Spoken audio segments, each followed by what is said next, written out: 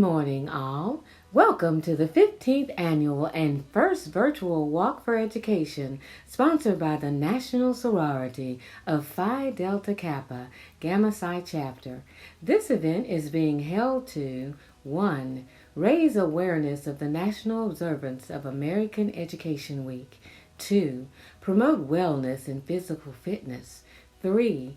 Recognize and honor a community organization that fosters growth and development of local youth. And finally, 4.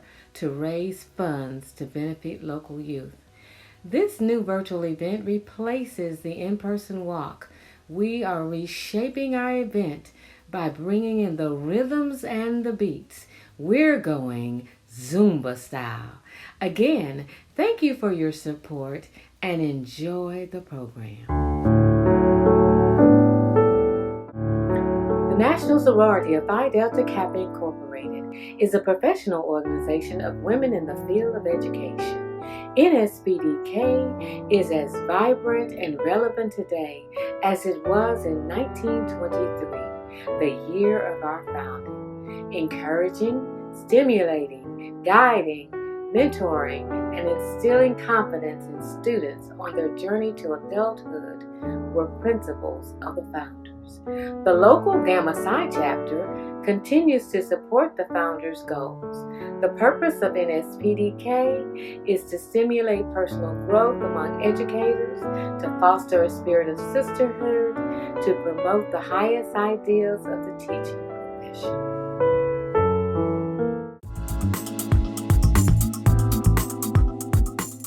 This year's honoree is the Dream Center of Jackson, Tennessee. The Dream Center serves approximately 23 women and children, providing services included but not limited to GED classes, job readiness, transportation, addiction recovery programs, financial self-sufficiency classes, parenting, and spiritual guidance.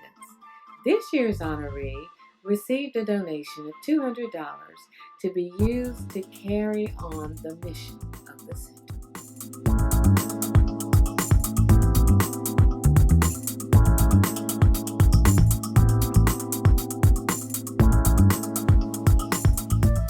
November is American Diabetes Month. For the millions of Americans who are at risk for it, it's time to get educated, find resources, and make sure all those around us are aware of their risk too. This year's educational program will be brought to you by Dr. Michelle Taylor Marangi, CEO and owner of Taylor Medical Center, located in Jackson, Tennessee.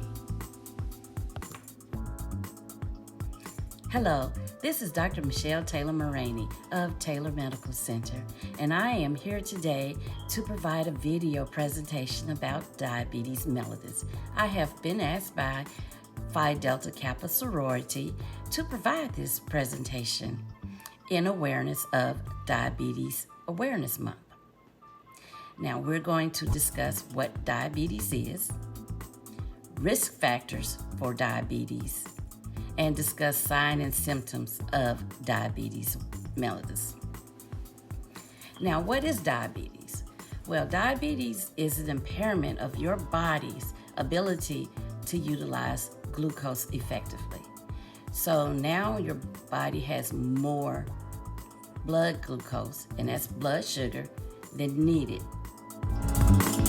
And blood glucose is important because it provides energy to our muscles, our tissues, and brain.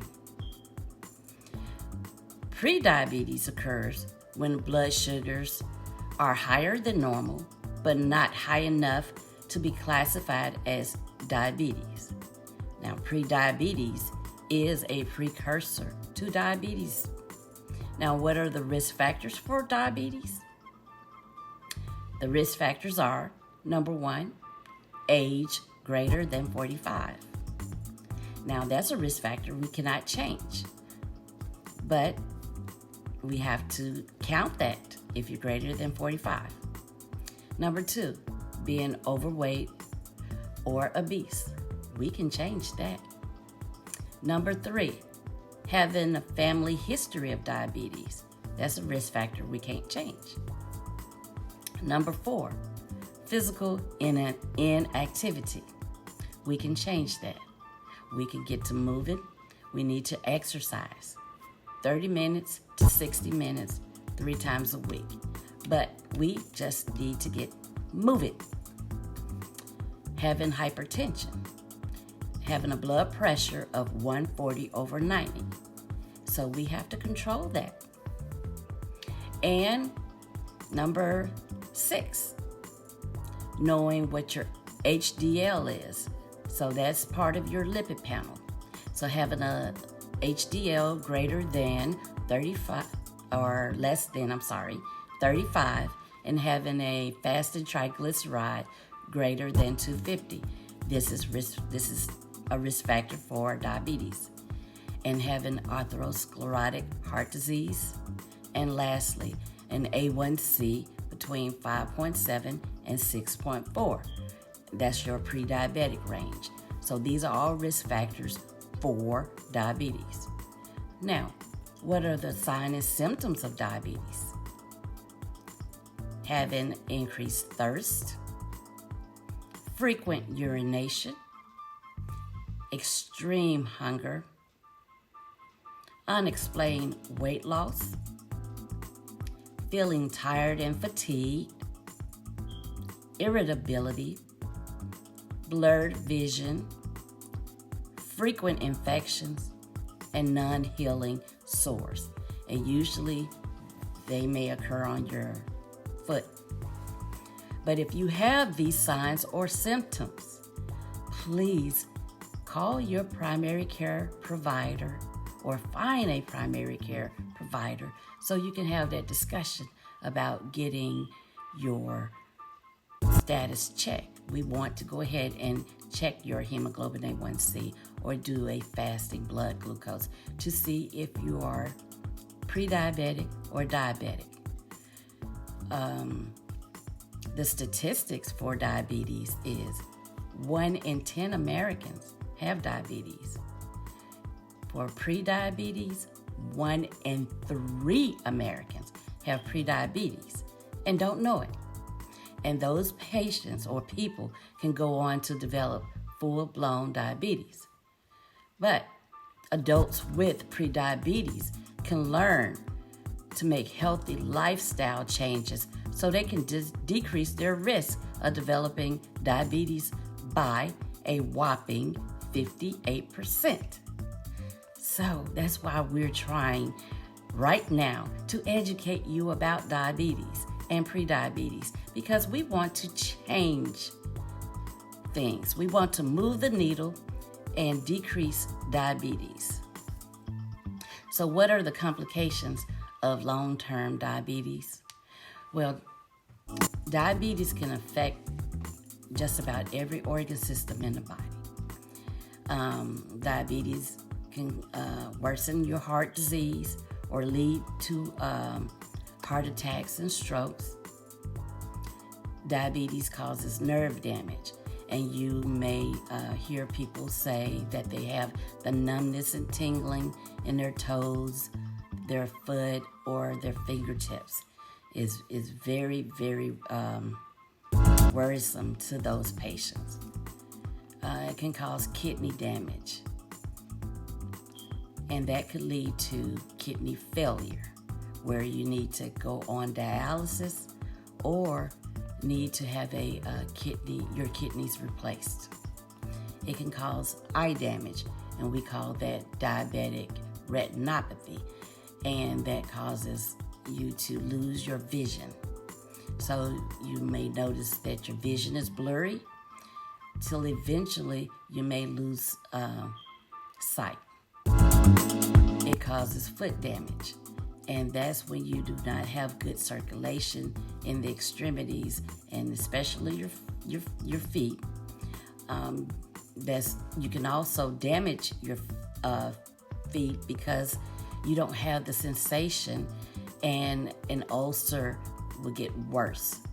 And if it becomes worse, You may have to have the toes amputated or the foot amputated and eventually the whole leg amputated. So that's a complication of long-term diabetes. And also it could lead to worsening of dementia.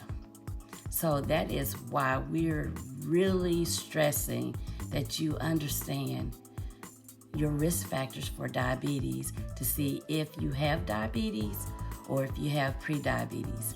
Because what we want to do is change those risk factors. If you have diabetes, we want to make sure that we're controlling your blood sugars through medications such as an oral medication or insulin.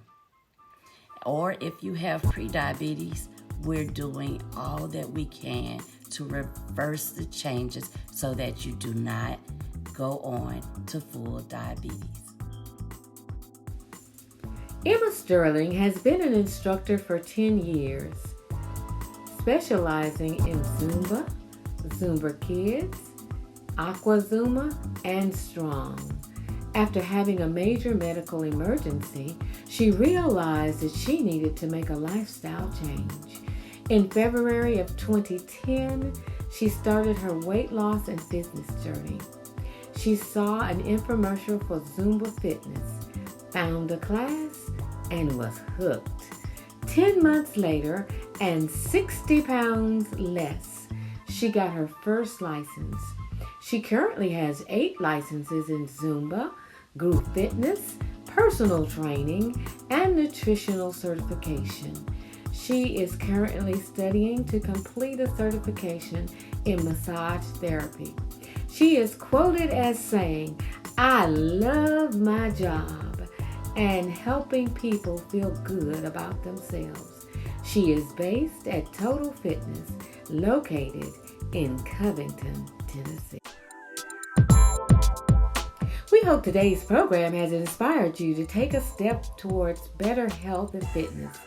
We hope that you will come out to McAllister's, located at 1012 Van Drive, Jackson, Tennessee, between the hours of 3 and 4, and donate to help the National Sorority of Phi Delta Kappa Incorporated, Gamma Psi Chapter, continue to carry out its mission. Now we hope you will join us by returning to the website and click the button labeled Zumba Style for a hard-pumping, foot-stumping good time with the beats and styles of Zumba with Emma Sterling.